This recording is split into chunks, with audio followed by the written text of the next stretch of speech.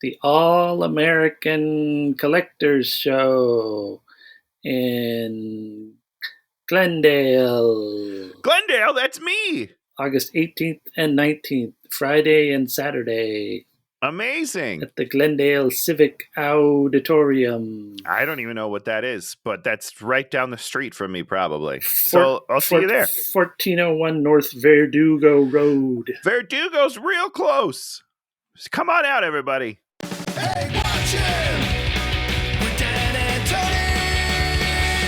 Hey, watch him! With Dan and Tony! It's Hey, watch him, yeah! Welcome to Hate Watching with Dan and Tony. I'm Dan. I'm Tony.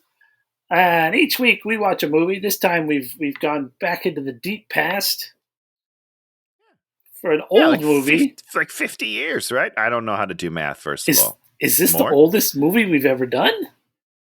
I doubt that. When was Santa Claus versus the Martians? That was pretty old. Oh, we did do Santa Claus versus the Martians. So this may be the second oldest movie we've ever done. I'm going to look it up. Versus the Martians. The only other really old movie we did was Fantastic Planet, which was a 70s movie, and this is a 60s movie. I think it's 1964. And then they're the same year. Oh, okay. Santa Claus and the Martians is 1964, and Kissin Cousins is, of course... I think it's also 64. Yeah, it is 64. Okay, you win. Who knows which one was released first? Not me. It probably is this one because the same year Elvis came... Well, we're doing Kissin Cousins, the Elvis movie. Sorry, yeah. They had shot Viva Las Vegas before this movie, but then they put Viva Las Vegas out, I think, after this movie. So probably smart. I'm assuming that movie's better. Not that this was bad. Let me be clear. This was not a bad movie. I had a lot of fun. I just feel like that one's like a classic that I've heard of before. Yes. Viva Las Vegas, because Viva Las Vegas also has the Viva Las Vegas song. This one... Well, this also has a Kissin Cousins song, Dan. I think does it have two Kissin Cousins songs? It's got two different Kissin Cousins songs. One towards the beginning, one towards the end. I mean, it's great. and they reprised the first Kissin Cousins song in the end credit. End credits. Yeah. So it's real great. Kissin Cousins, Elvis, hour and 36. This was Tony's choice, and tell us why you picked this movie, Tony. Well, there's a whole lot of reasons. One reason, my wife, obsessed with Elvis, loves Elvis, and what? I've never seen an Elvis movie, never once in my life. Wait, she's obsessed with Elvis? Does that mean she watches Elvis's movies, or she's seen a bunch of his movies? She loves his songs. A few years ago for Christmas, I got her an Elvis art book thing, and she's a big fan. So this was actually, she brought this to my attention that there was one called Kissin Cousins, and was like, you should probably do that. I was like, because I want to do an Elvis movie, because I've never seen one. I wanted to understand the hype. And she's like, this is the one we should do. And I was like, okay, let's do it. And I'm quite happy. I'm thrilled with the choice. We also watched the one where he works at the fat camp for models. Oh, you watched that one? Tickle Me. Yeah. Tickle Me. And that one was, they're pretty comparable, right? I think Kissin Cousins is more fun. Oh, okay. But Tickle Me is more crazy, which is hard to say, but they're both crazy. Doesn't he Tickle Me just like he wanders in there and just has a job, or he loses all his money? He drops his money down a bar. Yeah, he shows up at a bar, sings a song, and then the lady who owns the camp is like, "You should come work at my ranch." And that's it. That's the first 5 minutes, and then he's just at this ranch with a bunch of beautiful women. It's ridiculous. My biggest problem with that movie is the songs are clearly in a studio. There's a bunch of reverb when he sings the song. It's not like this movie. I felt it was pretty natural. They did a good job with the mixing, where it's the songs is like, okay, yeah, it feels like he's just busting on a song. It's so different. It's night and day when he's talking and singing. I was very upset by it. So the great job on this movie, whoever did the sound mixing. Good job. It's interesting. Every time there's a new Christopher Nolan movie, because we just had the Oppenheimer come out, everyone's just complains about the sound. They're just like, what is going on? I think there's music the whole time. if I understand correctly, I have not seen it. They're like, yeah, there's just an undertone music. It never stops. What? That can't be right. The guys I watched, they were complaining about that aspect of it too, where they were just like, there was like a quiet, just a discussion scene, and they're like, dun dun dun dun dun dun. It's like, yeah, just let us have some of the scene. Give us a moment, please. Let me breathe. But I do want to see it.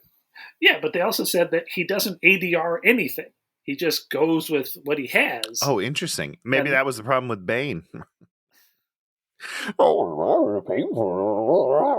The fuck are you doing, guys? It is the greatest movie voice ever. It's totally stupid. It's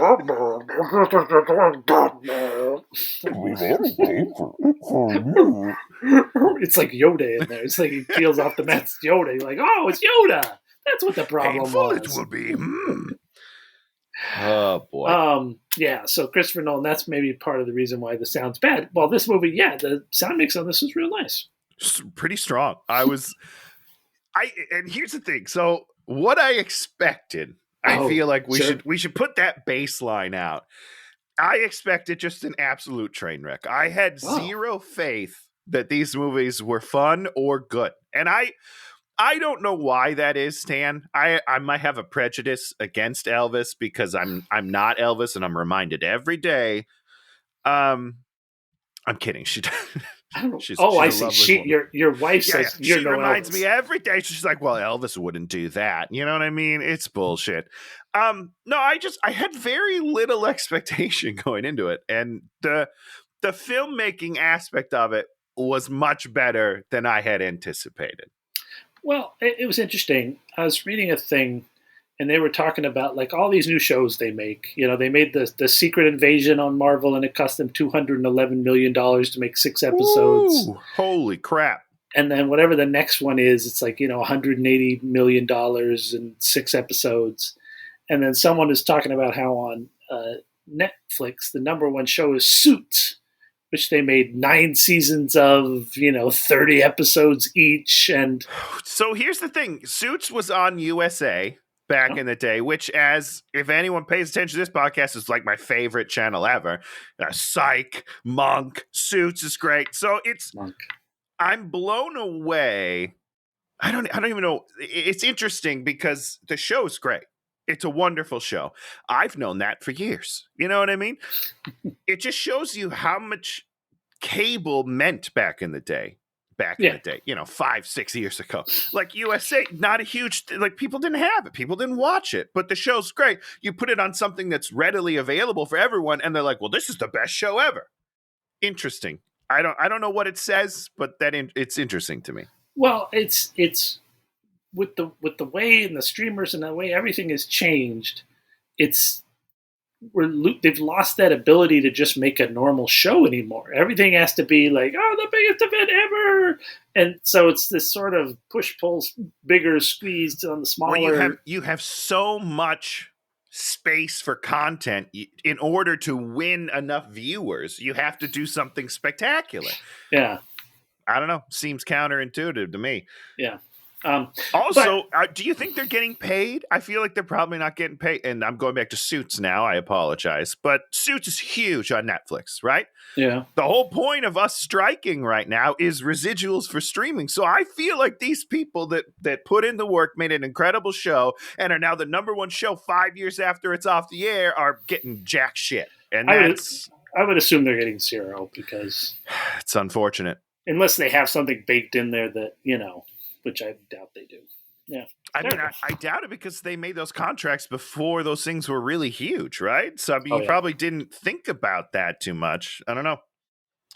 I hope they're getting paid. Other than Meghan Markle, she's probably fine. She's fine. My whole point is that at different ages of time, they get to be very good at making certain types of things. And these Elvis movies, they knew what they were making, and they made them very competent within the framework of what they were making. Just like a Suits was made, even though it wasn't the big thing, wasn't the number one show or anything, it was a well-made show for its time. Yes. It's still well-made, Dan. Okay. Okay. No, but I mean that's the whole thing. It is well. It's your standard. It's your base standard good thing that's occurring at a time, and you kind of wonder nowadays if what that baseline good thing is. That's not the terrible Lord of the Rings Apple TV series, which is unwatchable. Let me just say, I still did not hate that show. I thought it was fine. I thought it was just fine. For the amount of money, it was terrible. For the amount of money, it's a huge waste because you watch it and you're like, where did the money go? This doesn't look better than most, like anything else. It doesn't blow me away. I don't know. So we start off, boom, normal titles. We have like 2.5, 3 minutes of titles. Kissin Cousins, Elvis singing immediately. Don't stop, Dan. That's not bad. Kissin Cousins, Kissin Cousins. Now, what are the other words to Kissin Cousins? Do you remember some of them, Dan? I wrote not much of a song. Not much of a song. Okay, hold on. Here are some of the lyrics from this song, Dan. Kissing's allowed because we're cousins. That doesn't make sense. That doesn't make sense at all. And another one, what's a little hugging and squeezing between us cousins? What do you mean? It's not, no, you're cousins. Stop it. Shame on you. That's pretty much it. Just those two really stuck out to me. We start, boom, we're in the U.S. Capitol. Stock footage of U.S. Capitol. We're inside one room. And we basically set up that they want to make an ICBM missile base in the Big Smoky Mountain, Smoky Mountain, which is private property. For some unknowable reason, they have to close this deal in 7 days. Thank you for just giving your timers. Here we go. We know that arbitrary timers are the best. This entirety of this movie will take place in 7 days. In 1 week. They bring in the Captain Salvo. He's been on foreign duty for his whole life, and he has a wife that only sees him for 5 minutes every couple of years. And he hasn't seen her yet. Okay, he's come home and gone to this office, and he's like, if I go home after this meeting, it'll be the first time I see my wife in 3 years. He went straight from the airport to this meeting. Didn't even stop at home. Good for him. He's dedicated. No special reason why they're sending Captain Salvo. He's the guy that gets no punished. Special skills whatsoever. Oh. And then, in addition to everything, they're like, if you don't succeed here, you're going to have to get right back on a plane and you're going to Greenland. You're going to Greenland? What? What are you talking about? I love, the stakes are incredible. They set it up so clearly, and he's like, I'll never see her again. I can't go. And he's like, but if you do it, you'll get a job here. You'll see her all the time. Amazing. It's like the greatest fake stakes you could ever, it's like, well, let's just write some high stakes in there. They're completely irrational. And they're not ashamed of it at all. They lay it out and they're like, here we go. Let's do the movie. So he's like, go find me someone that is from there. And they're like, okay, let's type it in the computer. No, that is the guy's idea. That's the lieutenant. He's like, oh, here's an idea, sir. What if I found a local? And the guy that gave the job is like, that's incredible. What an idea. Never would have thought of it. Oh, God, it's good. And boom, we don't even have to go through any looking for this person. Boom, the person is Elvis, and he just walks through the door. Josh Morgan, looking the best he looks in the whole movie, really. Him in the dark blue uniform. Yeah. Yeah. Yeah. Sorry, I sneezed and now my eyes are watering everywhere. I'm having a hard time keeping up. Here's Dan. Let me ask you a question. A real question here. Is he really that good looking? I wasn't blown away. Yeah, he's really that good looking. Okay, I understand the sex appeal. For the time period. Okay, yeah, talk to me. And just, we have like all these, super hot male models that are chiseled this, that, and the other thing. Didn't exist back then. We just watched. You didn't have your Jensen Ackles back then. That's what you're saying to me? Listen, that's the gold standard. We got to talk about your Stephen Amell. You're really happy with that, with your boy, Stevie. aren't you? Oh, Stevie. Oh, no. Well, let's put a pin in Steve, and we'll talk about him later. Oh, what an idiot. I love him to death, but what a dum-dum. Yeah, so he is your gold standard of attractive men. Boom. Yeah, listen, I'll buy it just because I know that it's true. I just look at him and I was like, yeah, he's cute. Yeah. I wouldn't say he's the most beautiful man on the planet. However, the charisma is off the charts. I get that. He knows he's Elvis. He's lived as Elvis for enough years that he just walks into a room and you're just like... the way he walks, the man is the most confident man I've ever seen in my life. Just the way he sits when he's driving the Jeep in like the next scene, he's got one leg like out the Jeep and he's fucking A, man. I was just like, nobody can pull that off. Nobody, and yet he makes us look so effortless. It's cool. It's pretty impressive. So he is related to them through like a great aunt who married into their family.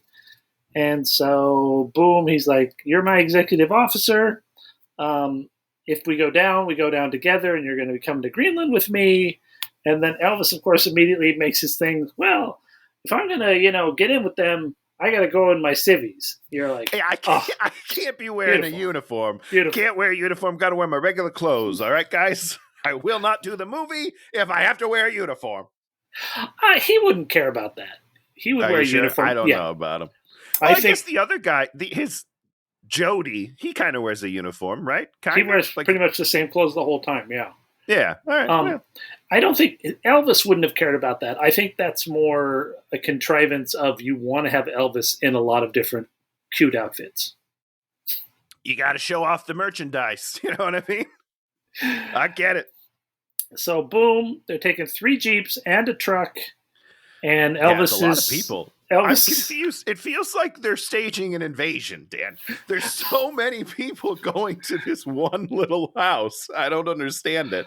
It's just because they wanted to have a bigger group of people that they could use in bigger group scenes as the thing goes along. Yeah, you got to have the big dance numbers. I get it. It just feels weird. They should have just come up with a better reason. No, they're just like, whatever. Doesn't matter. No. Don't worry about it. 7 days. They only got 7 days. We got to get a lot of people in here. Get it done. We got plot points. We're going to need those Jeeps. We're going to need all these things. We're going to need it, We reverse engineered the whole plot. We need this many people at any given time. So put them in the trucks. I believe that in a movie like this. They probably initially had just Elvis and the captain driving out there, and then they're like, "Oh no, we need to slow them down." Where are other 30 people going to come from? I don't know. We're going to need them to have a campsite so things can happen at the campsite, and then we're going to need enough guys to be kidnapped by the Kitty Hawks, and all the things that have to happen. I can't wait to talk about that, Dan. Oh my goodness! So there they are. Elvis gets his second song, "Smoky Mountain Boy," while he's driving. It's pretty funny because he's like full singing and the captain's sitting there. And then at a certain point, they're sort of interacting about the song. He's sort of acting like nothing is happening. And then they sort of interact about the song for a second. So it is happening. That's what I found most interesting is that there's a couple of times where they comment on how good of a singer he is. Yeah. So he's really singing. It's not like a normal musical where it breaks reality. This guy's just really singing and people love it. It's very interesting. They're very loosely flexible about it. They're not really flexible about it. And you know what's wild though is did you see how he's driving? Elvis, instead of using the wheel, is using this. I don't even know what you would call it, the connective webbing. So he's not on the outside of the wheel. He's on the weird. He's almost doing like a pirate ship. I don't know. I thought it was an interesting choice. Maybe he's never driven before. I don't know. This movie shot on a soundstage and in the San Bernardino Mountains and up at Big Bear. And so you get this glorious thing where they'll have nice outdoor shots and then boom, we'll be on this terrible set with fake trees and everything else. It's the glorious transitions. I love it. So yeah, it's great stuff. It's nothing. I'm having a good time with this movie. They reach the sign. The sign says Tatum territory. So get. We have a lot of gets in this movie. And then immediately. But what happens? The lieutenant, he reads the sign, turns to Elvis and goes, "What does that mean?" He doesn't know what "so get" means. Are you kidding me? Get out of here. It's just funny. And then it's a good joke. Shots are fired, and they all hide behind the Jeeps, and they have no ammo because Elvis was supposed to get it, requisition it, but the captain forgot to sign it, and then Elvis just didn't bring it back. Didn't tell him. Yep. Yeah, it was, series of unfortunate events here. The guy forgot to sign it. Elvis brought it to the place. They're like, "We need you to sign." He's like, "I've already done too much effort. I'm not going all the way back to him and coming back to you. We'll call it a day." There's definitely a couple of lines and things that happen in this movie that make it seem like Elvis is trying to cause trouble. Or just so incompetent that he shouldn't be doing this job at all. But probably the first one. He's probably saboteur. So how do they signal to the people firing at them that they don't want to get shot? Dan, I'm not actually totally sure what happens here. So one of the army guys pulls out pantyhose. Okay. See, Tony, there's going to be a few things in here that I'm going to have to decode for you. Okay. Because there's definitely like cultural touchstones that you reach them and you're like, oh, what he pulls out is a silk stocking. And so like the TV show, Silk Stockings. Just like the TV show. So GIs used to have silk stockings, and they bring them with them as bribes and presents for the women. And because they were more readily available in the United States during wartime, and then you could use them the women would want them because the women always wanted stockings. So it's like a bargaining chip? It's like you're seducing these women? Yes. What are you doing with them? Yes. That's what I'm doing. I'm like, I'm in war, and I'm like, I need to get some. Hey, silk stocking. Anybody want a silk stocking? That's some sick shit. I love it. Because they weigh nothing, right? Easy to transport, take up no space, no weight. Roll it up, stick it in your pocket. Yeah, it's not I'd have like 6 or 8 of them in my pockets at any time. You know what I mean? And also, it's like chocolate. You're going to eat the chocolate. Any other food, any wine, stuff's going to get used up. But silk stockings, you're not going to use those for anything. But the women, I don't know. How do they feel? Do they feel nice? Why do the women want them? Here's Tony walking around in his silk stockings, feeling all sexy. My legs could feel very nice in them. Maybe it slims them. I don't know. I'll give it a shot. I'll let you know. So he pulls out the silk stocking that he had from his last time being free, whatever they call that. So they tie it. This is their white flag. They tie it to it's a white flag, the thing, walkie-talkie. They put it on the antenna, which is a huge antenna. I'm sure that's probably real, but boy, were those stupid back then. That is how big the walkie-talkies were. They were huge. those were real dumb. I'm glad we moved forward from that. He goes up, hold your fire, and this is where he transitioned from real thing to on the set. 2 girls. Selena and Azalea. Selena's blonde. Azalea is a brunette. The brunette. If you would have asked me their names, I would not have been able to tell you. The brunette is Yvonne Craig, who would go on to play Batgirl in the Batman TV show a couple years later. Oh, great. Good for her. She's amazing. You like her better, huh? You like the blonde? I'm on Team Blonde, yeah. Who is then consequently written out of the movie 2/3 of the way through, and I was upset. I was like, where is she? What happened? Unbelievable. Yvonne Craig is perfect. Oh, wait. Okay, Dan. Let's calm down. What I will say is her overall look. Whoa. That's a good outfit. That's almost whoever did the costumes for that part. Hats off to you, my friend. Unbelievable. So yeah, boom. They immediately are all over him, all over him. So, and now we start when I start getting. This is the beginning of me being like, that's what these movies are about. I did not know this. They're the horniest movies I've ever seen in my life, Dan. Oh, yeah. This is like, it's not quite softcore porn, but it's like fan fiction erotica. Oh, sure. You know what I mean? Like, every woman he meets immediately isn't in love with him, immediately wants to have sex with him. This to me was surprising. I was taken aback a little bit because, listen, I'm starting to understand why they thought he was dangerous. Okay, sure. I get it. Oh yeah. I get it. Yeah. I'm not sure I got it before, but just seeing these, I was like, here's the thing. That's probably pretty realistic to his life, right? Yvonne Craig looks at him like Tony looks at a Snickers bar. I don't know if she's the greatest actor in the world or not. I think it might be real. I think all of these women, Elvis comes on set and they're like, holy fuck, it's Elvis. Yeah. Because otherwise they're all incredible. And I'm not saying they're not, but the lust, the level of lust in this movie is off the charts. And I feel it. That's the thing. It comes through the screen and you're like, holy shit. Oh my God. It's incredible. I don't know. I don't know. It's incredible. Good for him.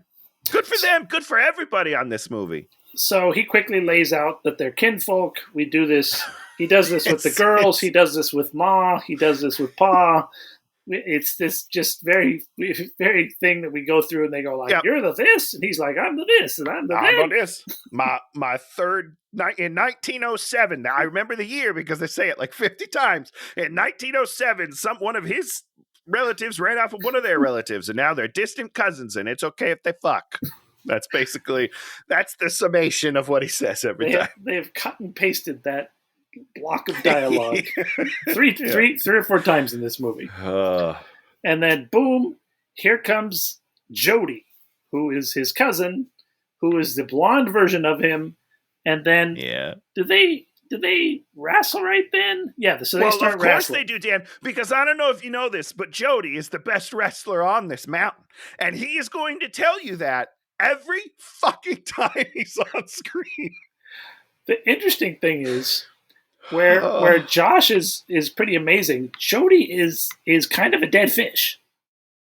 He's not good. He's not a good catch at all. I'm just going to throw that out there. I feel bad for the lady cop that he gets in bed with. He's a dud. He's a dud, and he just sort of stands there and sullen. He doesn't really ever say anything interesting. He doesn't get to do anything in the whole blonde movie. Hair, kind of dumb. I'm not going to lie to you. Elvis, not great at blonde. I didn't love it. But he's a world champion wrestler. He's the best wrestler on this mountain. And he pretty much loses every wrestling fight that he gets. Not just to Elvis, he also loses it to the small lady cop. Yeah, so he's not a great wrestler. I'm just going to listen. Wrestling's all about using your body weight. That's why there's wrestling weight classes, right? Because the bigger you are, the more you can use your weight just to touch. It has nothing to do with like how strong you are. It's leveraging your weight. This guy can't wrestle for shit. Okay, I'm sorry. This guy's terrible.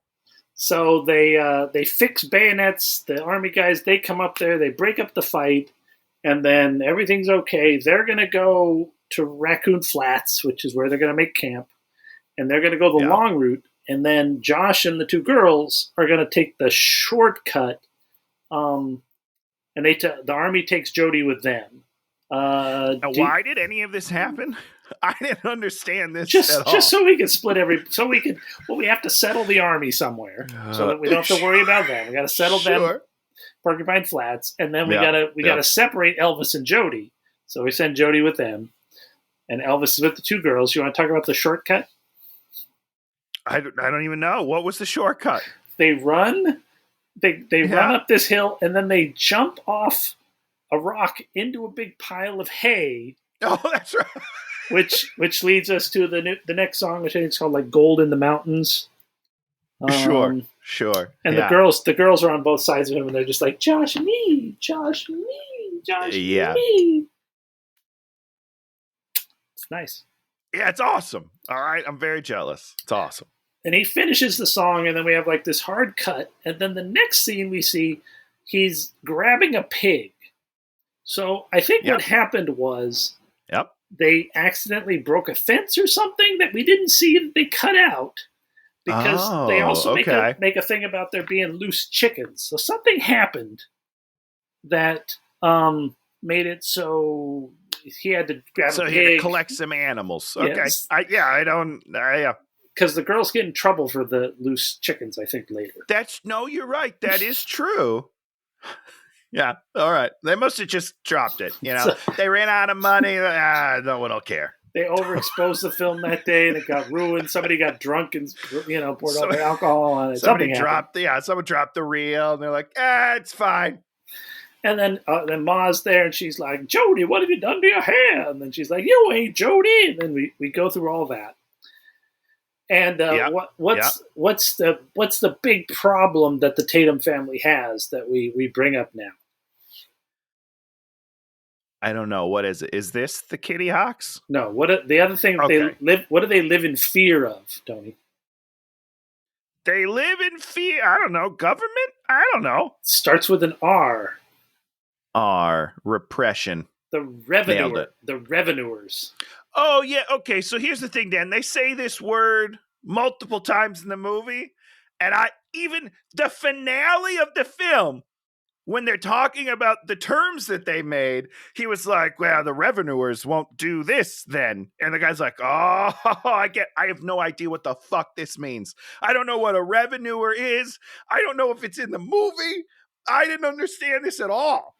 What the revenuers are is they're the government alcohol agents who stop the moonshiners, because they're moonshiners for a living.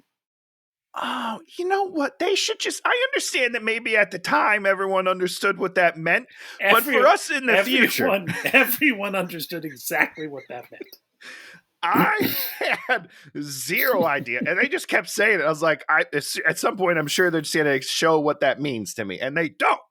It's not really in the movie, but it's a common theme throughout. I wish, someone needed to tell me that before the movie. So then the army shows up right on schedule, and then Ma's like, since you're friends with Josh's, everything's okay. Now the Kitty Hawks attack.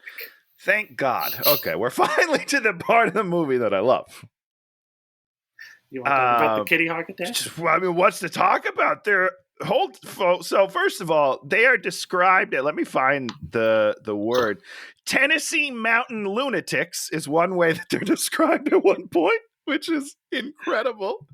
And then Ma yells, "You men-starved critters!" at them.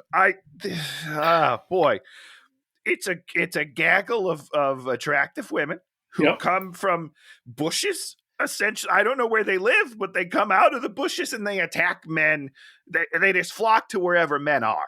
That's essentially what they are. The Kitty Hawks live in Kitty Hawk Village or something. There's Kitty Hawk something or other. Dan, it is Kitty Hawk Valley. There's a sign later. Kitty Hawk Valley. Forget Disneyland. Kitty Hawk Valley, happiest place on earth. I'll tell you that right now. Kitty Hawk Valley, all the children are women, are girls. So no boys are ever born there. So they were completely devoid of boys. So they have to go and capture boys. And boy, do they love them. They love boys. Now, this is the other thing I had to explain to you. There's a comic strip called Lil Abner, which was like maybe the number one comic strip about Lil Abner, and I think his girlfriend is called Daisy Mae. And it's the same exact thing where it's, backwoods, Tennessee, and the women have Sadie Hawk's Day where they can go and grab a man and have the man. Like the Sadie Hawkins dance where the girls ask the guys. Sadie Hawkins, yes. So that's what this is all based on, is this Lil Abner, which you have no idea. You've never heard of Lil Abner. You don't know what it is. I don't. But I'll tell you what, genius. Lil Abner, fucking genius. I'll say that. That's why they're called Kitty Hawks, for Sadie Hawkins Day. Oh, okay. Yeah. No, that makes a lot of sense. All I know is that it's a bunch of women that run out of the bushes and steal men to use their bodies. Incredible. So Pappy shows up covered in dead possums. Yeah. And he, pulls his gun. Get down in your valley, Kitty Hawks. He chases off them. Why is Pa mad? Can you explain that to me? Why is Pa upset by that? Shouldn't Pa be okay with it a little bit? He's a married man. Now, this brings up a good point. Yeah. I'm going to jump around a little bit, and I apologize. Later in the film, they talk about the Kitty Hawks, and they're like, they take any man, and they only return the ones that are worthless. And they returned Pappy. They returned Pappy, and they returned the main lieutenant guy. No, the captain. They returned the captain at one point. Sorry, yeah, you're right. That's who they returned. They returned the captain at one point. So why is he worthless? Like, what's there? Oh, probably because he's married and probably immune to their kitty. That was it. Yeah, that's probably what it is. All right. Just wanted to see if we're on the same page. So, boom. So I guess if you're going to Kitty Hawk Valley, don't wear your wedding ring, guys. You should have flexible morals if you go to Kitty Hawk Valley. Flexible morals. Boom. Pappy invites the captain to dinner. Captain goes home, calls HQ. Yes. I guess Ma flipped Jody at one point at this next scene. Yeah, because again, Jody was talking about how good of a wrestler he was. I don't remember what happens. Bob just throws him. Like, I don't think so, and tosses him over his shoulder. I don't know, man. It's a weird through line where he boasts about wrestling and then gets defeated. I don't know. It's funny. So, boom, Elvis shows up wearing the white jacket and the red shirt. Azalea's all over him. Dinner. Captain's eating the food. Did you write down what the food is made of, Tony? No, I only wrote down that he turns green, and it was hilarious. It's possum tails, owl gizzard, grits in bear grease with gravy made from goat milk, vulture eggs, and mashed catfish eyes. And the captain then gets that, and he turns green and has to flee in terror. Yeah, I love it when they used to just like use color correction and color him green. I love it so much. It's beautiful. Yeah, it's pretty amazing. They bring out cigars for the men. Pappy goes to sit in his chair. His table next to his comfy chair is a toilet. It's a toilet. Listen. The attention to detail in this movie is surprisingly amazing. This backwater hillbilly guy has a toilet as a table. Kudos. I laughed so hard. Good for you. Then we have a whole thing where they try and talk about the ICBMs, and he thinks they're saying IC instead of intercontinental. And it goes back and forth, and then they're like, don't you read the newspaper? And he's like, we use the newspaper to patch the walls. Then Elvis has to show him the article about the ICBMs on the wall. I like that. It's a good bit. It's a good bit. There's a couple of actual genuinely good bits in this movie. Now, how much are they offering him to lease the entire top of a mountain for a military base? Well, they start with 500, and then Elvis is like, "Oh wait, no, it's 1,000 a month. That's a lot, right? No, that's nothing. Is that not a lot? That's insanely nothing. Hold on, entire top of a mountain. Well, sure. I mean, if you look at it that way, but in that time period, what would be the equivalent to now?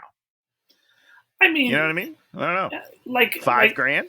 Like an apartment, think about this for a second. Like an apartment you would have rented back then, that's now $3,000. You would have paid $300 for it. So it's like 10 times as much now, right? Okay, so it's like $10,000 a month, but that's in perpetuity, right? Yeah, it's not just one time. That's terrible. I mean, I don't know. I would take it. I'll tell you right now. I'm taking the deal, as long as it increases with inflation. That's what you got to get written in the contract, Pa. It just seemed very unfair to me. I mean, listen, Dan, the whole thing's actually really terrible. They're going to destroy their homeland. And Elvis is like, I'm going to talk them into it. I'm going to marry into the family, but also talk them into destroying their home. It's not great. It's not great. It's a powerful hunk of money. The girls immediately start thinking about how to spend it. Pappy's thinking about it.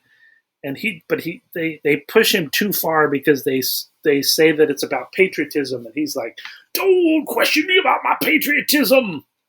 There's just a big Confederate flag hanging over the fireplace. Did you see that? It wasn't a Confederate flag.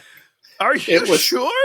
I don't think it was a Confederate flag, but I do think it was. I think it was not the Confederate flag, but it was a Confederate type flag. Yeah, a Confederate type flag. I mean, listen, potato, Dan. So basically, he throws them out because they question his patriotism. I like that premise. It's an interesting premise to sort of, push him on that, and he's just like, "You're not allowed to do that." And then Elvis, I'm allowed to do that. Elvis says, "Oh, don't mind the captain. He was shot in the head. That's why he's this way." I mean, listen, you can't say that. You can't say it, Dan. I liked it. What's better is later he finds out about it and he's very upset. You told him I was nuts. I mean, this movie's nuts. That's good. The next day we have the One Boy, Two Little Girls thruple song. Oh boy, this one rubbed me the wrong way. I don't know, Dan. If you just take out the word little, fill it with a different word. Oh, I see.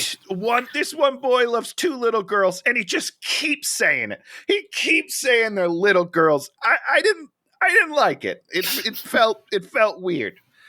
Tony felt dirty when they were singing that line. I don't know how old they're supposed to be, Dan, because Ma and Pappy keep calling them children. And I understand that they're their children, so maybe that's what they're saying. Sure. But part of me's like, are they under 18? I don't know. And he's like, I love two little girls. Stop it, Elvis. Stop it. I don't know. So after the song, he enlists the girls to help him convince Pappy, but they're like, he's going to whip us when we try to do this, but we're going to do it for you anyway. So they're going to get beaten. Yeah. To try to help him Josh get what he wants. Assaulted by their father to help this handsome stranger. Yep. Then the Kitty Hawks attack again. They give chase. Elvis and the girls have to lean behind a log to hide. Man, that works. Every single Kitty Hawk runs by him. Come on. And we transition right into another song. Want to show me how to kiss? Yep. And he kisses everybody. Just kisses them all. Then he promises to marry Azalea at that point. Well, yeah, because he tried both parties. He's like, I tested out the merchandise and you kiss better, so I'm going to go with you. Has nothing to do with your personality. I liked you both equally a minute ago, but then I kissed your face and then I kissed your face and I only got a boner with you. That's what he said. Now, Dan, I'm going to say something else that's controversial. Okay. Elvis Presley? Yeah. Not a good kisser. I have a feeling that when you kissed in the movies back then, you had to kind of keep it pretty tame.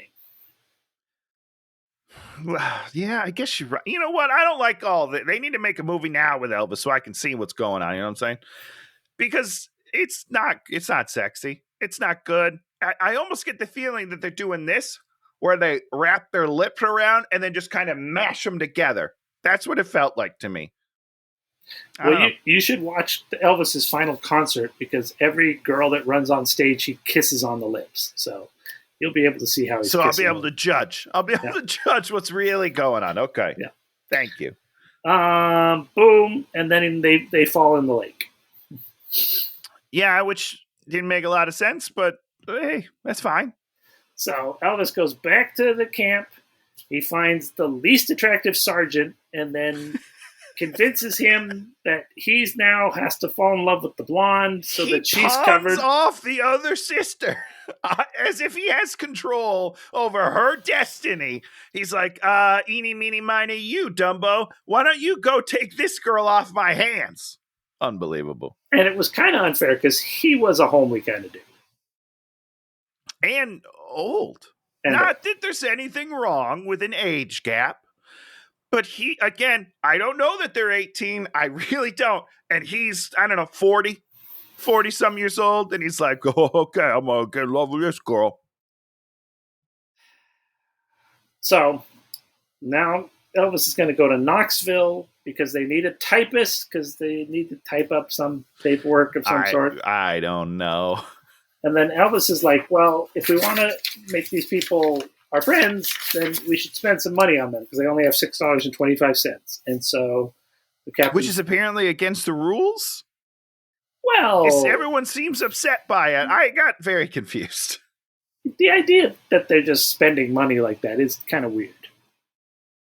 But the captain's but they do it. Okay, you can spend some money. Do what you got to do. Now we have this hard cut to like a completely different situation. The woman with the literal craziest haircut on any human being I've ever seen. It's kind of like goes up and then it has two poofs down here. It's like a little older woman. I know she's supposed to be a little different. She works at the newspaper and she's all like, did you know that before? Yeah, they had an extra photo of the okay. Yeah. Okay, I must have missed that because this whole scene, I didn't understand what's happening, and then she shows up. I don't know what was happening, and then she tells me, she's like, "I'm right." I was like, oh, "Okay, I get it now," but it felt very weird. It was strange. I mean, yes, because it's kind of really out of left field. So she's all like, "Okay, I'm on the story." Somehow, she just heard through the grapevine. I don't remember how. Well, somebody called her. And someone calls her and explains the situation. She's like, "Oh, I don't remember his name. Oh, Donnie, you've done it again." And then hangs up and heads out. It's like, what the fuck? But when she leaves, Dan, what happens? I don't remember. Do you remember this? No. She turns to the four gentlemen at other desks. They're the only people in the office, by the way. She's the only woman. And she's like, "I got to go out this way. If I'm not back in the morning, tell the boss to send help." Not a single man replies. Nobody cares if she comes back alive or dies. They're not telling the boss shit. He's going to come back and be like, "Hey, where's Dolores?" And be like, "Well, I don't know. I didn't see her, boss. I never saw her. She's dead in the woods." Her name's unbelievable. Her name's Dixie, by the way. Dixie. Whistling Dixie. Boom. Josh is coming back to town with the girls. They're wearing bikinis. Which, what? In the vehicle is a cute woman, blonde, PFC, Midge Riley, wearing. And now, do you think the first girl was cuter than Midge? I think the first goes blonde sister, Midge, your girl. I'm sorry, Dan. I'm sorry. I know you're upset. I can tell you're upset by the way your jaw dropped to the floor. Jody, but she's got the best outfit, so she's it's fine. They're all beautiful, Dan. Let's not pick hairs here. There's beauty, and then there's beauty. Jensen Ackles. We've already discussed it. They've got a whole truckload of presents. They brought Jody a gun, which he immediately started. And I was a little worried. She's around 8 other people. He's just standing next to him. He just starts cocking this shotgun left and right. People are dead. The heads have been blown off. Boom, gun, clothes, and then the Kitty Hawks attack. And then the girls are all like, "We got you all bikinis too." And gives them this giant box of bikinis. They run behind bushes. Hold on. Explosive thrown out, and then they come out all wearing bikinis. We got to break this down a little bit more, Dan, because more happens in this scene, okay? So first of all, they say they'll give them the presents, but only if they don't have sex with their guy. They're like, "You gotta leave him alone and we'll give you presents," which is crazy, first of all. But then Jody, that's the blonde one, right? Yeah. Jody is locking eyes with this new army girl, right? Jody leers at the PFC. Okay, he leers at her. It's creepy. His entire storyline is creepy, and we'll talk a little bit more about that later. But he is locked dead on. He will not break eye contact with this woman. Now, a gaggle of women run into the bushes and take off all their clothes and change. There's 50 naked women out here, but they keep cutting back. Oh my God, she's so cute. Oh my God. She got a haircut. She got a haircut. I got a haircut too. We both look so good. Can I say that about myself? You could say it about yourself. No one has to agree. Oh, Dan, you're cutting me deep. I mean, honestly, okay, so there's just not much they're left. all stripping and changing. So they're all getting naked, and they keep making a point of cutting back to Jody staring at the woman. And I think it's supposed to be a good thing that, like, there's so many naked women, but he's only got eyes for this one lady. But it's just creepy. It's just creepy the whole time. He's going to skin her like a cat and keep her as a trophy. Okay? It's weird. And I know that it's Elvis, so I'm sure that people back in the day felt differently, but watching it now, I was uncomfortable. So, boom, Dixie just appears out of nowhere because her car's behind there. She just fucking walks up. She gets out. She's got her big, one of the big old-timey cameras, and she, runs in front of their vehicle. And the two girls are proud to have her photograph them, so they stand up, and Elvis she goes, "Girls, stand up." Elvis, sit down. Girls, stand up. They stand up. It's funny. And then Elvis goes, "Don't you dare take a picture of us!" And then he poses for the camera. Yeah. It was good. It was really good. 10 out of 10. Great scene. Yeah, it was a fun scene. Fun scene. Boom. So they get back to camp, and then everyone sees the PFC. Okay, they've had half-naked girls running around. They see the PFC and they all lose their minds. They never really lost their minds with the Kitty Hawks, but no. Boom, PFC shows up. Oh, I watched a thing with her, the woman that played her. And they were how's Elvis as a kisser? She's like, he was a great kisser. So there you go, great kisser. I disagree. That's what she said. And then she must mean outside of the movie then. She's like, well, we did some kissing behind the scenes and it was great. So as they walk up, the men start yelling numbers. Why did they start yelling numbers at her, Tony? I don't know. 35, 25, 35. Oh, those are her dimensions. I remember now. Yeah. And then she thinks it's cute and funny or something because then she turns around and gives them her actual dimensions. 36, 22, 35. And I just felt this whole scene's very weird because they are not appropriate with her. And she's fine with it. This is everything about women. When I was a kid, this dimensions thing was the thing. If you wanted to quantify a woman, Jesus, these three dimensions. And as a kid, you're like, I do not understand what the fuck this is. Can I ask you? Okay. Well, I mean, what it is it's bust size, hip size, waist size. What's the hips and waist? Oh, okay. Because you're supposed to go big, small, You're supposed to be big. an hourglass. Yeah. Okay. I see. I don't like that. Okay. And so that was the whole thing. And it's just, you just get to it now and you're just it's so cringy. It was cringy then? I mean, I don't know. I wasn't there. Well, we didn't understand. I didn't understand. Well, we didn't understand a lot of things. This whole scene's creepy because they surround her at the truck and she's taking something out of the truck and someone pushes her away. It's nah, beautiful women don't have to do anything here. I don't know what he said, but it was all really weird. I didn't like it. So then he goes into the tent where the captain is, and the captain's laying on his bunk like this. It's the weirdest scene ever because there's no reason for him to lay on the bunk. And he's laying back uncomfortably. Yeah, they just got to mix it up. Mix it up. Don't be standing. We're standing in all the scenes. Lay down. They hand him the bill. Elvis has spent $3,000 on the girls. Now, and when you compare these two numbers, I agree with you that $1,000 is not enough a month because he did that in a day. $3,000 in a day. You're going to need a lot more than that if you want to convince people to give up a fucking mountain. And the captain goes apoplectic a $3,000. It's just that's an insane It's number. a lot. It's a lot. Insane a lot number. Of money. And this is some of the thing about this movie that's crazy. It's Elvis's character would never spend $3,000. Yeah, because he knew if he did that, he's not that dumb, right? He would get court-martialed instantly and thrown out of the. To be clear, though, he did forget ammo on an army mission, so I don't know, Dan. One thing we forgot to talk about real quickly. Back when Elvis gives the assignment to fall in love with the sister cousin, the guy does this weird joke about snapping. Do you remember this? No. He's like, oh boy, for an assignment like that. Or so, he's like, he tried to snap. Attention. Yeah, he tried to snap and he couldn't snap. And he goes, oh boy, for an assignment like that, I better get my snapper fixed. I don't get it. I didn't get it, but it was weird. And then later he snaps and he's like, oh, it's fixed. Just a weird joke that I really appreciated because I didn't get it.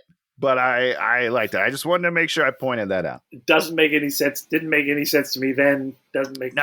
I do not have any. Crazy. I don't have any cultural. Yeah, where's your stories? Fill me in on the snapper, Dan.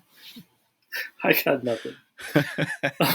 Boom. Let's see. Boom.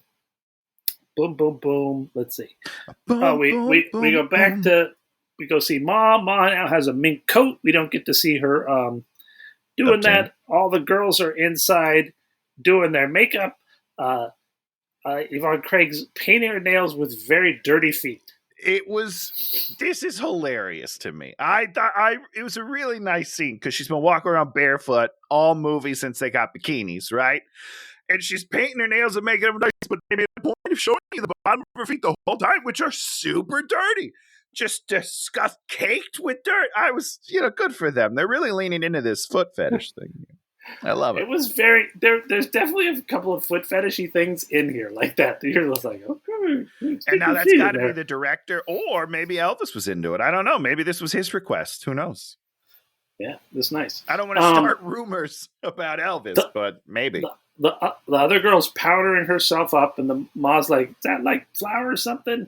You better be careful, or you're gonna don't go near the stove because you might break out in biscuits."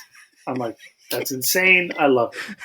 Just cooking biscuits on her face. So she sends the girls back to work. Josh has a Jeep full of kitty hawks.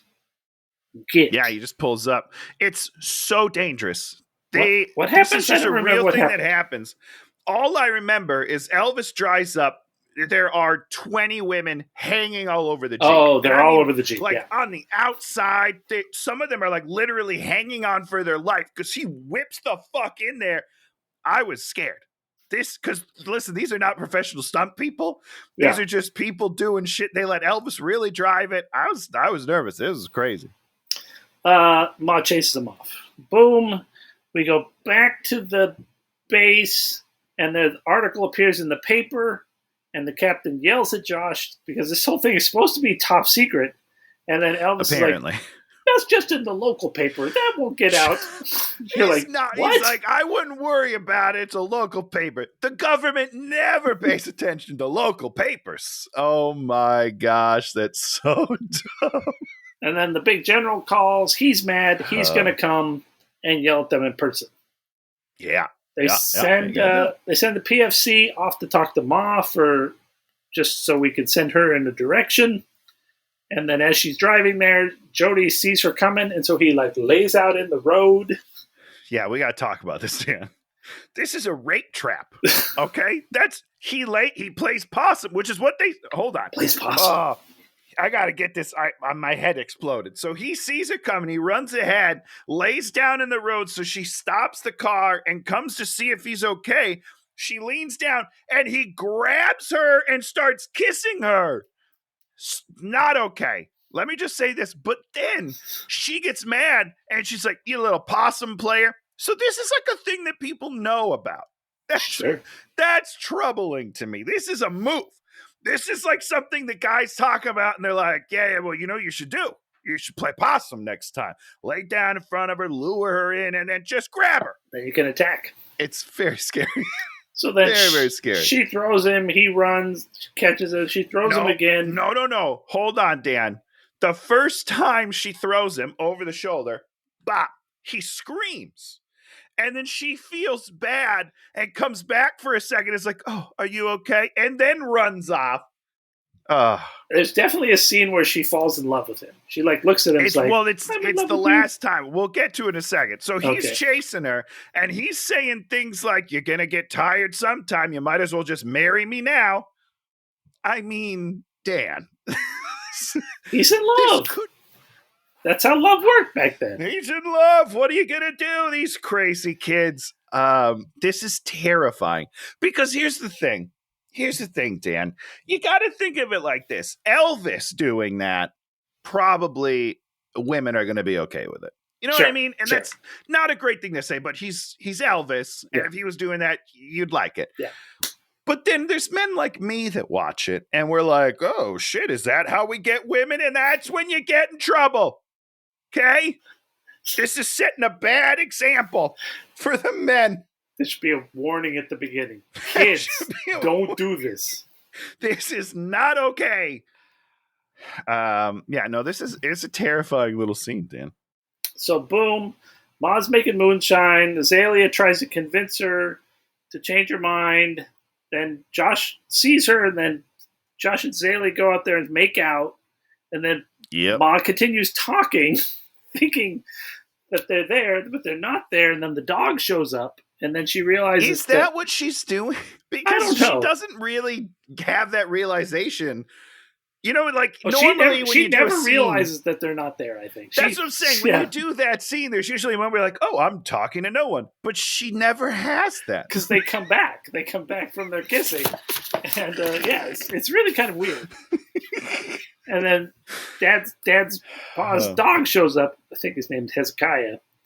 And so then she knows there's a problem. Okay.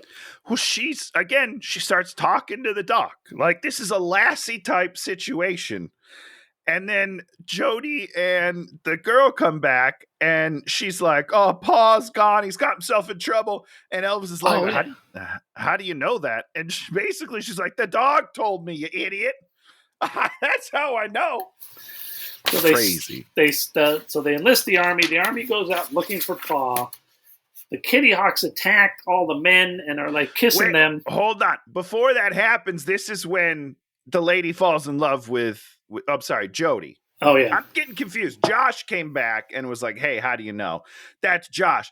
Jody and the blonde woman runs into the screen, and the three of them watch. Josh, Ma, and the girlfriend are just watching and smiling as the blonde lady's like, I'm so tired. And then fucking Jody runs up and she tosses him again. And then he's like, oh. And then she just kisses him.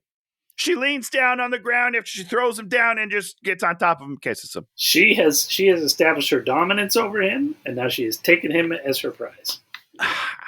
I guess. I don't know, man. It's weird. And then the other three are just smiling. That's so cute.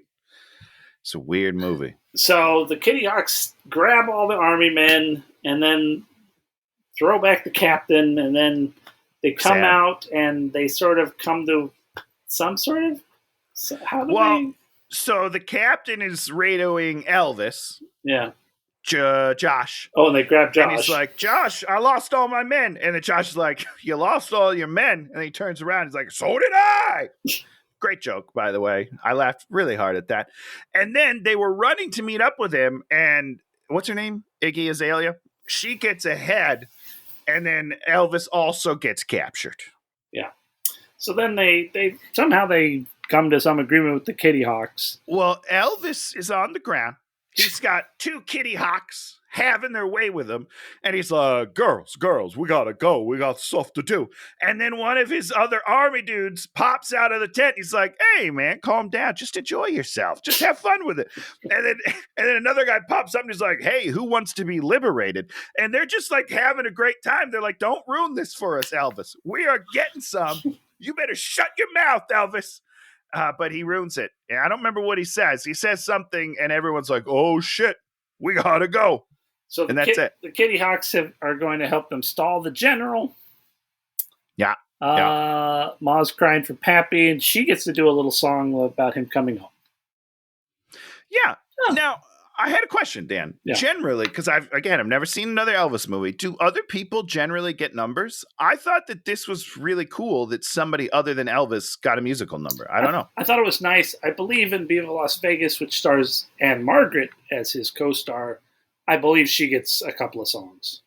Okay. So if they do have somebody that's like an Anne Margaret, yes, you're going to give it her songs. You give them something. Okay. But typically there's not anybody of that stature I thought it was pretty cool that it wasn't. Nice. Every other song is Elvis, and then you get one nice number from someone else. I thought it was cool. Yeah, I was impressed. So they find Pappy. He's out on a branch. He got treed by a bar, and then they have to do a whole sort of rope thing and bring him back in. No, hold on, Dan. Yes, they all come together and they're like, boy, we just couldn't find him, and then all of a sudden you just hear this, Josh. And they're like, hold on, that's Pappy. He's not yelling at all. He's just speaking. He's just saying, Josh. And that's what they hear. So they all come running. And this is my favorite scene in the movie, Dan. When they're getting him down, Elvis climbs out to the tree and Pappy is like, Josh, is that you? Is that you, Josh? Oh boy, you come to rescue me, but don't tickle me. Because he's looking out. He's looking the other direction. The other direction. But he gets on this tickle tantrum, and he's like, don't tickle me. I'm scared, but I'm ticklish. Please don't tickle me. I could not keep my shit together. I was dying. This guy just, why would you talk about being ticklish? Why would you think he's going to tickle you? Josh, don't tickle me. I'm very ticklish. You better say, don't tickle me, though. Oh, fuck, man. Oh, that's insane. So they save him, and he's like, "Okay, it's time. We're gonna have a celebration." Boom. We cut back to the house. There's all these men there. The Kitty Hawks are there. Everybody's there. Which is confusing because one of the main Kitty Hawk is there, but she's also on the rock directing the captain guy, the guy that's coming in circles. I'm almost positive she's in both scenes simultaneous, though. Probably. That's all. Because she's out there misdirecting the general. I forgot about that little quick scene. And in the general, do you remember this? She directs them one way, they drive around, and then they cut back later, and they come back, and the guy's like, I think we've been here before. And the general's like, yeah, the topography seems awfully familiar. And he's looking right at her boobies. There it is. It was unbelievable. Breast topography joke. I can't believe you can make some of these jokes in this era. Unbelievable. Jody gets a song, the Barefoot Ballad. And it's not a great song. No, it's not a great song. I don't know. I'm sure he's trying to do character work here. But Jody's very stiff. Did you notice this? Like, even during the song, he doesn't dance like Josh does. Jody's terrible. He's very Jody just kind of moves very sharp and very little the whole time. I don't know. I'm sure it's an actor's choice, but it doesn't work. It doesn't work for me. Josh, the captain of the PFC, show up. Josh is going to marry Azalea. And so then he gets a song. And that comes out of nowhere. Can we just say that right now, Dan? No, he asked her to marry him right before the lake. Wait, really? He did? Yeah, I said that. I'd forgotten it, but he did say shit. Right before he fell in the lake, he promises to marry Azalea. I thought that meant that was a promise, someday. Tony. That was Elvis made a promise. This guy lives up to his word. He's like a Lannister. He never breaks his promises. No. I just thought it meant in the future. You know what I mean? Like, I feel like a lot of times when you're wooing a lady, you're like, I'm gonna marry you someday. I didn't think it meant tonight. That's all. So then when they were like, this is a marriage celebration, I was taken aback. I was a little surprised. It was a little surprising. So then Elvis sings Once Is Enough, which I thought was about the best song in the movie. It's also the only one that's not creepy. Because this is just about, you got to live life to the fullest so that one time is enough because you only get one time around the sun. I thought that was great. All the other songs are about kissing your cousins, and it's weird. So the general, they hear the party, so they show up at the party. Let's see, what happens? Well, the captain guy, they get him to drink so much moonshine that he dies, essentially. He's passed out. Captain's super drunk.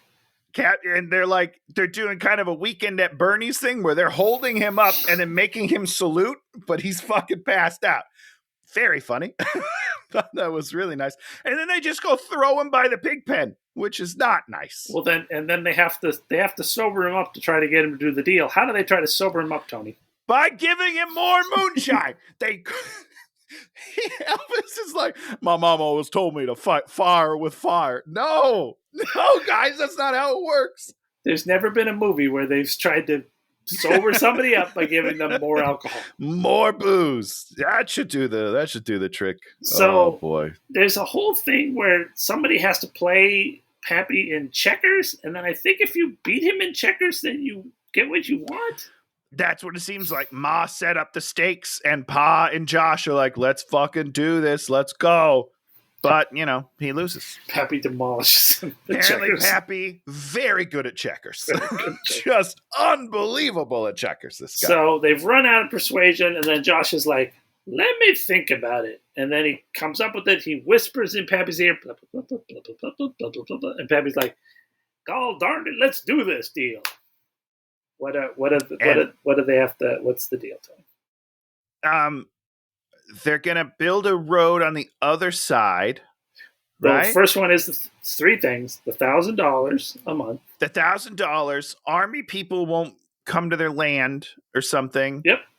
They're building a road on the other side, like a private road. That's it. And then something about the racketeers. Well, the whole idea is no one's going to be allowed to trespass on the mountain. So right. If no one, by meaning no one, then that means... So actually, this is a federal rights versus states' rights thing, right? I don't know. The federal government's going to manage this base, and then the state government, which is the revenuers, which is the people that shut down... Moonshiners are never going to have access. They're not allowed on the base, so they won't know that they're making some sweet, sweet moonshine. What's it called? Mama's moonshine. Mountain Maiden's Breath. Oh, that's what they call their moonshine. That's a cool name. Name. And that's it. So the whole solution to the problem was you had to make it so that he would be safe from state prosecution for his selling of alcohol. Which I guess is cool, but here's the thing. That their plot of land destroyed within 5 years, for sure. Those people are dead. Those people are they've been annihilated. No more possum hunting for them. And then Elvis has a song called I Got a Gal. Yeah. And then I guess he did. And then, so that's great. And at one point we have like a two-shot. I guess it's a duet. It's a duet. Elvis is backing up with Jody, and we see the front face of the Jody double, and it's just you're just like, no, you should They're not have put even. The body doubles aren't even close, Dan. When they do the backwards, they flip backwards. The guy puts on 50 pounds, easy. The one that plays the blonde guy, we see his face at one point when they're backing up. But even if they did it properly, when they turn around, Elvis suddenly gains 50 pounds. This guy doesn't look anything like Elvis. It's weird. He probably worked for Elvis, and so Elvis just like, oh yeah, Bobby's good. Bobby's good. Just use Billy over there. Bobby, you'll do it. Bobby, send it. Yeah, and then we have the Kissin Cousins duet, and that's the end. Kissin Cousins. Kissin Cousins. Dan, this movie is wild. I guess I just didn't understand how sexual these movies were in nature. Sure.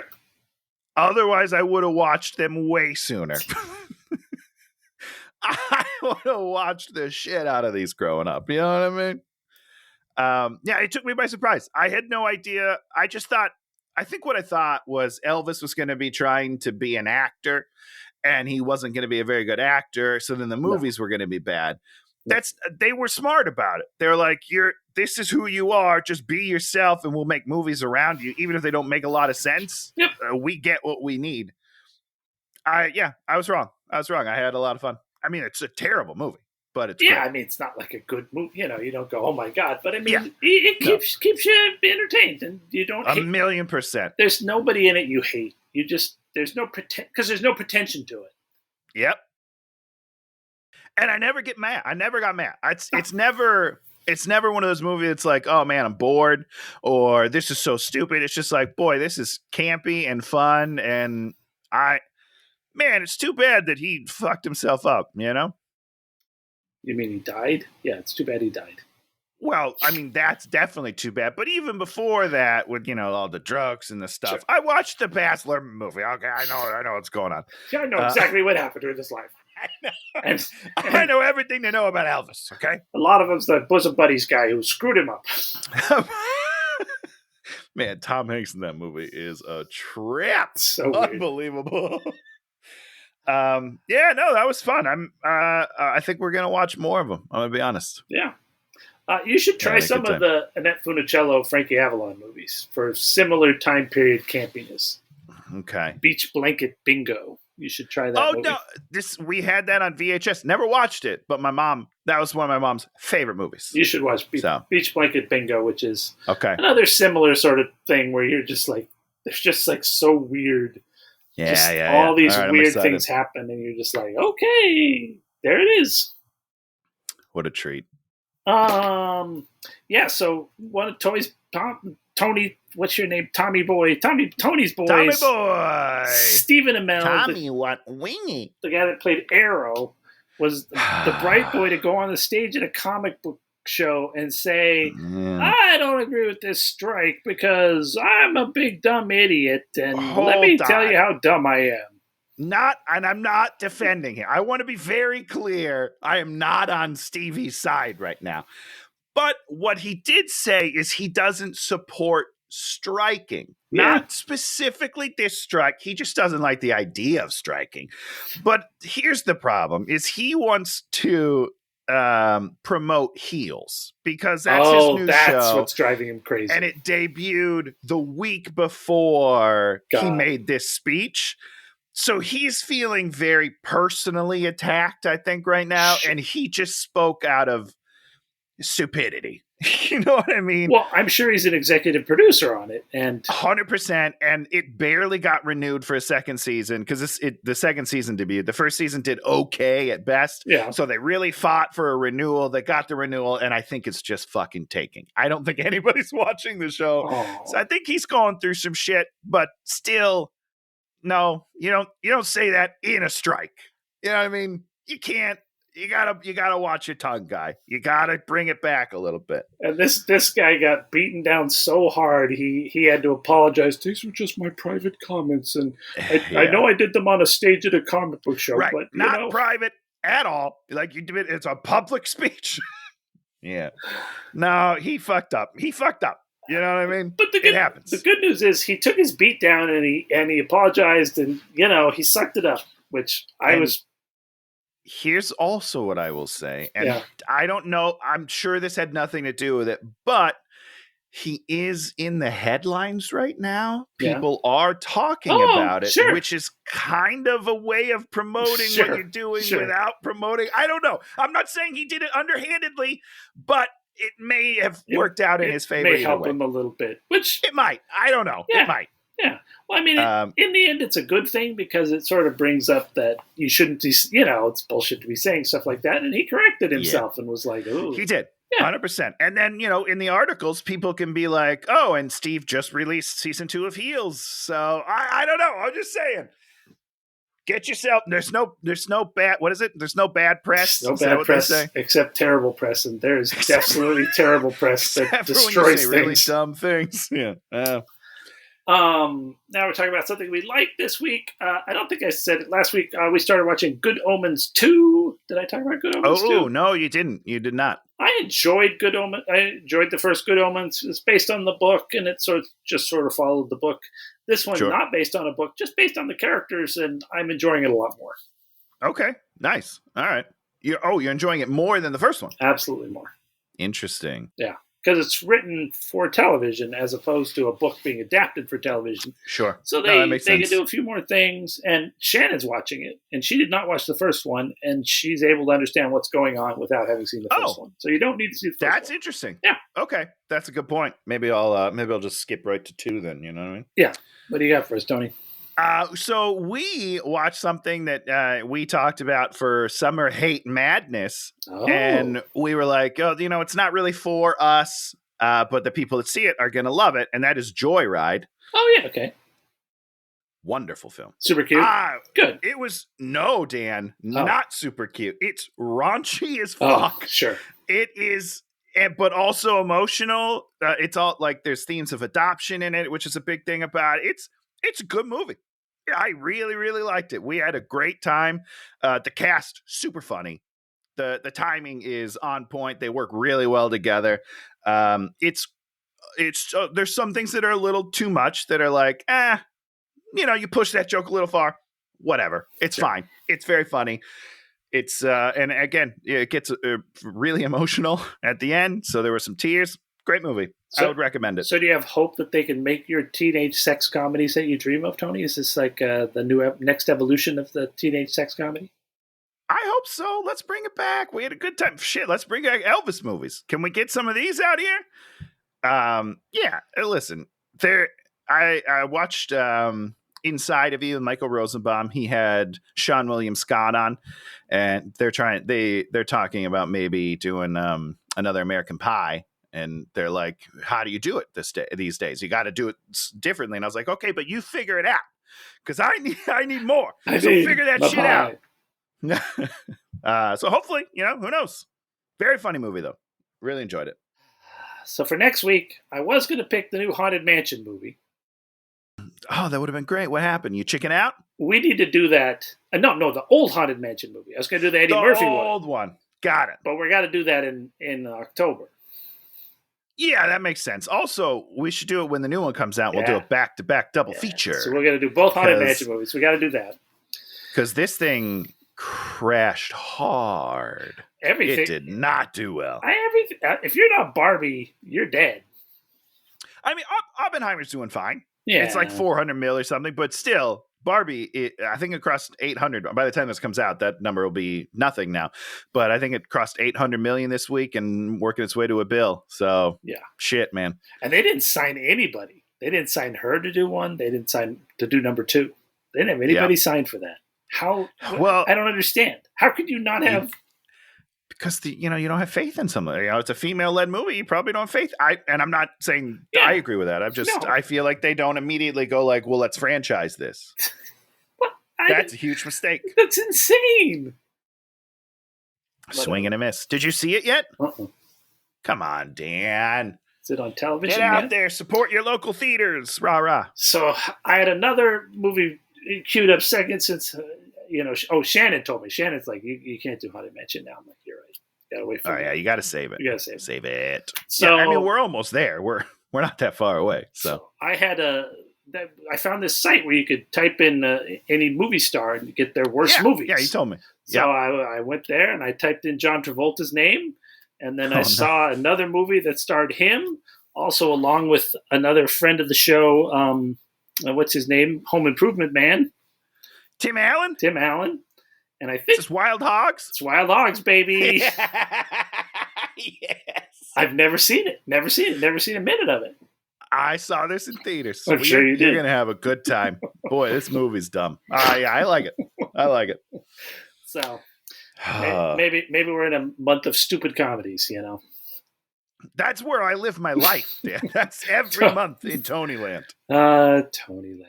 Yeah. So we're going to strap on the old motorcycle helmets and the leather chaps, and we're going to be old men driving on We're going to hit the open road. I'm excited. I haven't seen this in years. Dear. Good stuff, Dan. So if you like what you see, give us a thumbs up.